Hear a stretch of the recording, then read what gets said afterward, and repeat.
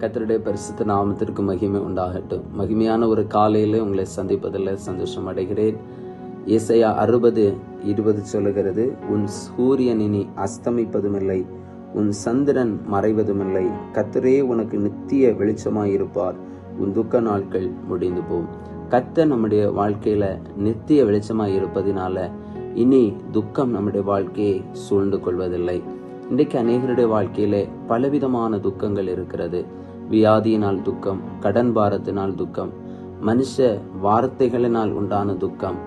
ஆமீன் ஸ்தோத்திரம். நம்முடைய வாழ்க்கையில் ஏற்படுகிற சில வறுமைகள், நம்முடைய வாழ்க்கையில் இருக்கிற சில குடும்ப பிரச்சனைகள், ஆமீன் ஸ்தோத்திரம், இதெல்லாம் நம்முடைய வாழ்க்கையில துக்கத்தை கொண்டு வருகிறது.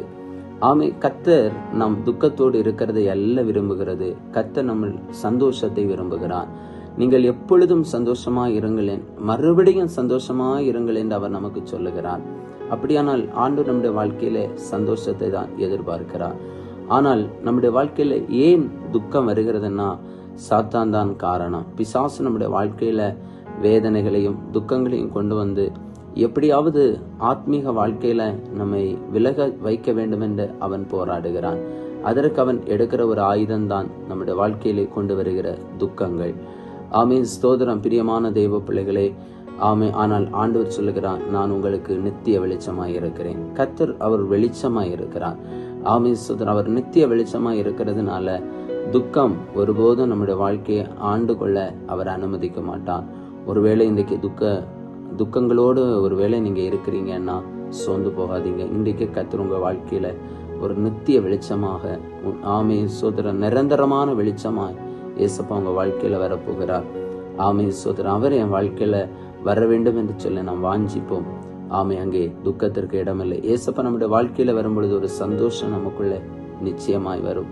சகையுடைய வீட்டுல இயேசு வந்த போது அவருடைய வீட்டுல இருக்கிற துக்கங்கள் மாறி ஒரு நல்ல சந்தோஷம் அவருடைய வாழ்க்கையில உண்டானது.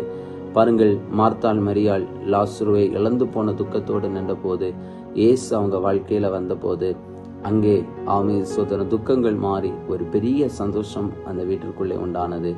இருளில் இருக்கிற ஜனங்கள் பெரிய வெளிச்சத்தை கண்டார்கள் என்று இயேசு பிறந்த போது ஆமே வார்த்தை சொல்லப்படுகிறது. அப்படியானால் கர்த்தர் நமக்கு வெளிச்சமாய் இருந்து நம்முடைய துக்க நாட்களுக்கு முடிவை ஆண்டவர் கொடுக்க போகிறார்.